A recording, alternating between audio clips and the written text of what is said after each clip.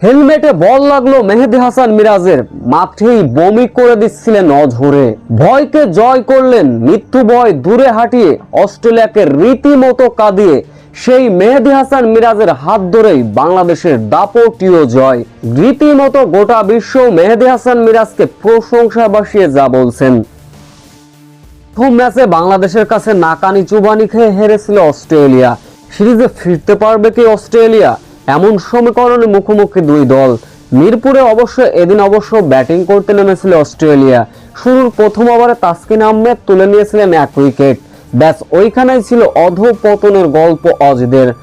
ব্যক্তিগত প্রথম ওভার আর ইনিংসের দ্বিতীয় ওভারে এসে মুস্তাফিজুর রহমানের ভেলকি।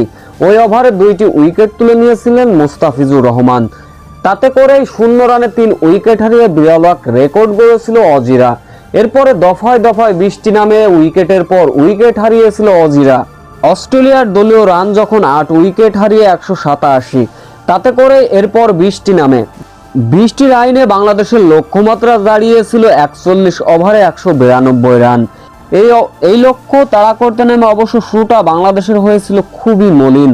ব্যক্তিগত প্রথম ওভারে তানজিদ তামিম ফিরলেন ব্যক্তিগত 0 রানে যখন বাংলাদেশেরও 1 উইকেটের পতন, সেইখান থেকে অবশ্য বিপর্যস্ত সামাল দিয়েছিলেন নাজমুল হোসেন শান্ত এবং সৌম্য সরকার। দীর্ঘদিন পর ওয়ানডে ক্রিকেটে ফিরলেন সৌম্য সরকার, ক্রমশ এগিয়ে যাচ্ছিলেন অর্ধশতকের দিকে। কিন্তু দুর্বশত রিভার্স সুইপ খেলতে গিয়ে 47 বলে 42 রানে ফিরলেন সৌম্য সরকার। এরপরে অবশ্য নাজমুল হোসেন শান্ত ইনিংসটা বড় করতে পারেননি। 53 বলে 41 রানে তিনিও অবশ্য সাজঘরে ফিরলেন।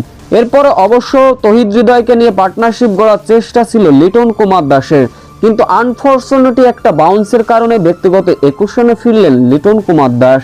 অর্থাৎ 144 রানে যখন 5 উইকেট হারিয়েছিল বাংলাদেশ, তখন ওভারটা ছিল 27। কিছুটা ভয় পেয়ে গিয়েছিল বাংলাদেশ। সেইখান থেকে অবশ্য পার্টনারশিপ গড়ার চেষ্টা ছিল তহিদ হৃদয় এবং মেহেদী হাসান মিরাজের। 33তম ওভারের চতুর্থ বলের ঘটনা। অস্ট্রেলিয়াকে এক পেসারের বাউন্সারের হেলমেটে গিয়ে লাগলো বল, সঙ্গে সঙ্গে মাটিতে লুটিয়ে পড়লেন মেহেদী হাসান মিরাজ।